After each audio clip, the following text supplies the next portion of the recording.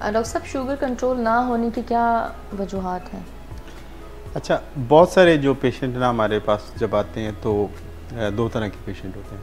एक तो जिनको नई नई डायबिटीज़ होती है, और एक होते हैं जो पुराने लॉन्ग स्टैंडिंग डायबिटीज़ जिनको चल रही होती है। न्यूली डायग्नोस की तो बात समझ आती है कि जिनको नई नई हुई है, ज़ाहिर है कि उनको पता ही नहीं था, इलाज ही नहीं शुरू किया तो उनकी तो शुगर ख़राब होगी, वो तो हमें उसको कंट्रोल करना होगा।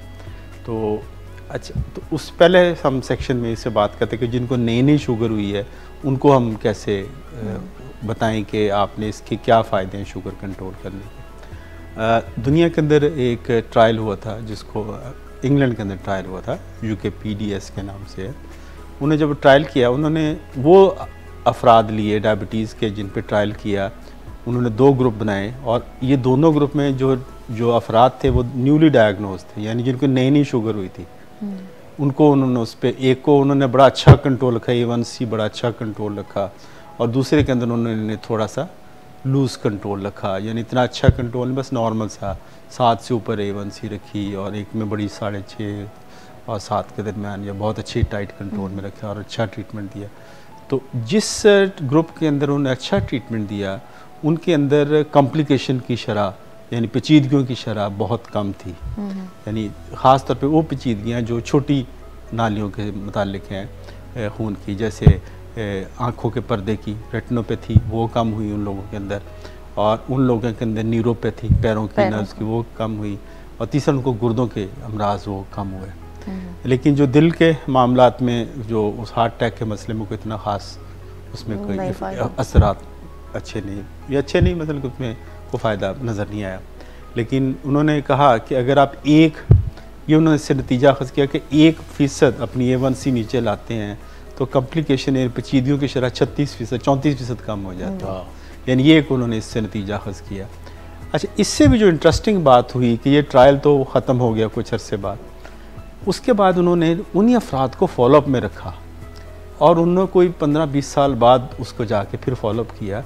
उन्होंने कहा ठीक है, उन लोगों की शुगर तो थोड़ी बहुत ऊपर नीचे तो हो गई थी जिनमें सख्ती से कंट्रोल किया, लेकिन उनके अंदर कॉम्प्लिकेशन की शरह नहीं थी, बहुत कम थी। तो उन्होंने ये नतीजा अखज़ किया कि इन लोगों के अंदर इनके बॉडी ने इस चीज़ को याद रखा कि हमने शुरू से अगर अच्छा कंट्रोल रखा तो उनको लेटर स्टेजेस ऑफ लाइफ के अंदर कॉम्प्लिकेशन कम हुआ। यानी एक बहुत बड़ा फ़ायदा हुआ। यानी तो इससे हम ये नतीजा क्लिनिकली अपने मरीज़ों को ये बता सकते हैं कि शुगर को जिस दिन आपको डायग्नोज हुई तो पहले दिन से ही अच्छे कंट्रोल की तरफ चले जाएं, तो बाकी मांदा ज़िंदगी के अंदर जो इस कंट्रोल की वजह से जो कॉम्प्लिकेशन या पेचीदगियों की शरह वो बहुत कम होगी। यानी ये बहुत बड़ा एक फ़ायदा था जिसको हम मेटाबॉलिक मेमोरी का भी नाम देते हैं। तो ये तो है उन अफराद का जिनको नई नई डायबिटीज़, इनमें कंट्रोल तो ऑब्वियसली हम दवाई देते हैं तो वो कंट्रोल हो जाती है। कुछ लोग होते हैं जिनको पुरानी शुगर है और वो कंट्रोल नहीं होती।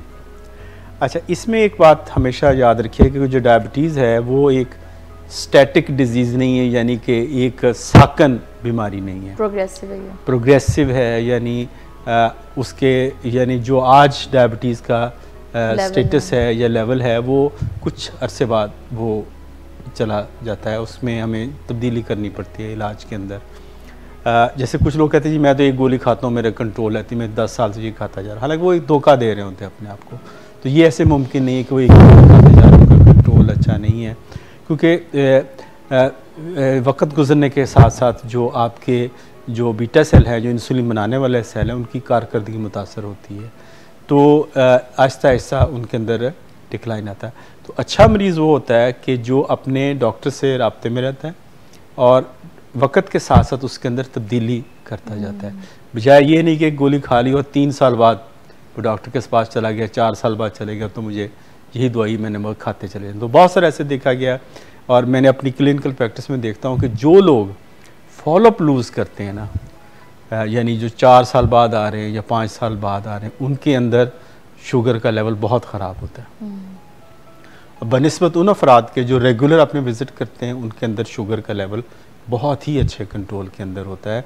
तो सबसे बड़ी एक बुनियादी वजह है कि फॉलोअप का ना होना, और दूसरी बात यह है कि इस फैक्ट को ना समझना कि डायबिटीज़ एक प्रोग्रेसिव डिजीज़ है, यानी इसके अंदर तब्दीलियाँ आती हैं, तो आपने इस तब्दीली के साथ साथ चलना होता है और अपने इलाज के अंदर आपने जो है वो तब्दीलियाँ करनी होती हैं।